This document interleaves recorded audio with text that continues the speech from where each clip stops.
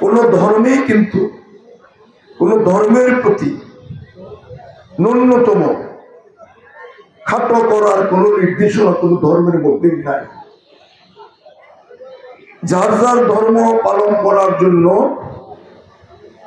এবং প্রত্যেকের ধর্মে পালন করার ক্ষেত্রে সহযোগিতা করার জন্য ইসলাম ধর্মে আমাদের প্রতি পরিষ্কারভাবে নির্দেশনা রয়েছে। আমরা সকলেই সাদা মন নিয়ে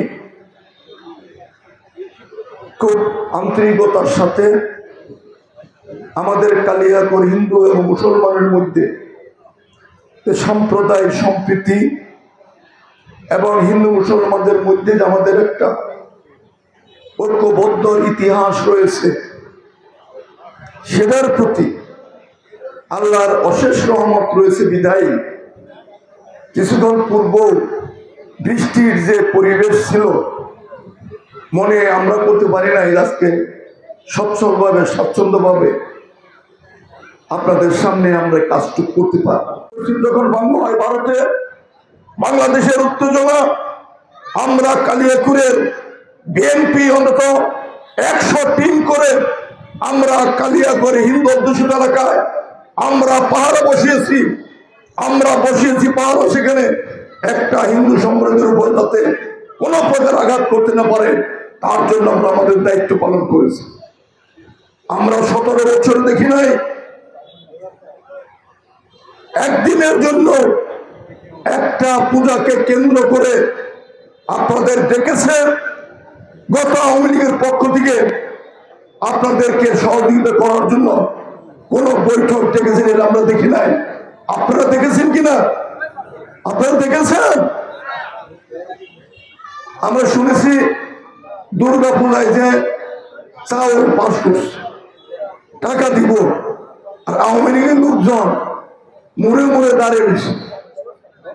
যারা চাউল কেনার জন্য গেছে 50,000 টাকার চাউল পাবে, জোর করে তার কাছ থেকে 20,000 টাকা দিয়ে বাধ্য হয়ে তাদের চাউল নিয়ে গেছে। এই ঘটনা ঘটছে না বিগত সময়ে। আজকে 5ই আগস্ট পরবর্তীতে অন্তর্বর্তীকালীন সরকার দেশ জারি করেছে। অন্তর্বর্তীকালীন সরকারের 5 জন পাবলিক নাই, তাদেরকে সমর্থন করার জন্য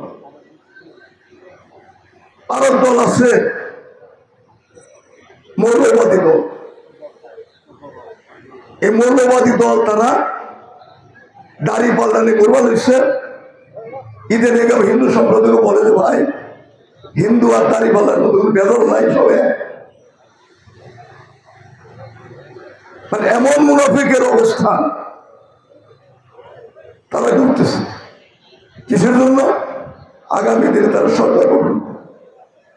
আরে ভাই, আগামীকাল যদি বিএনপি বলে যে আমরা অন্তর্বর্তী সরকারের সঙ্গে নাই, আমরা আমাদের সমর্থন প্রত্যাহার করলাম, একদিনও সরকার টিকবে না। অর্থাৎ বুঝতে হবে এই সরকার পরিচালিত হচ্ছে সম্পূর্ণভাবে বিএনপির শক্তির উপর ভর করে।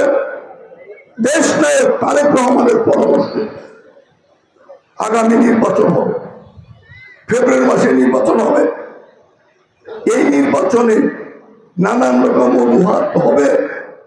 এই বিষয়টা একজন মানুষ ভবিষ্যৎবাণী করেছিল, তিনি আমাদের নেতা জনাব তারেক রহমান, যিনি বলেছিলেন আগামী নির্বাচন বাংলাদেশের মধ্যে সবচেয়ে কঠিন নির্বাচন হবে।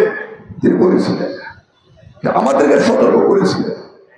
আমরাও সতর্ক। কেমন সতর্ক? নির্বাচনের তফসিলের আগে আমরা কালিয়াকৈর থেকে জামাতের প্রার্থী,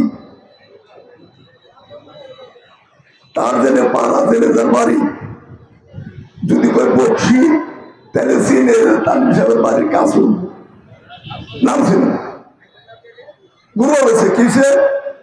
আগামী তো দাঁড়িয়ে বলা গেছে। আমরা হিসাব করে দিচ্ছি 6টা নির্বাচন।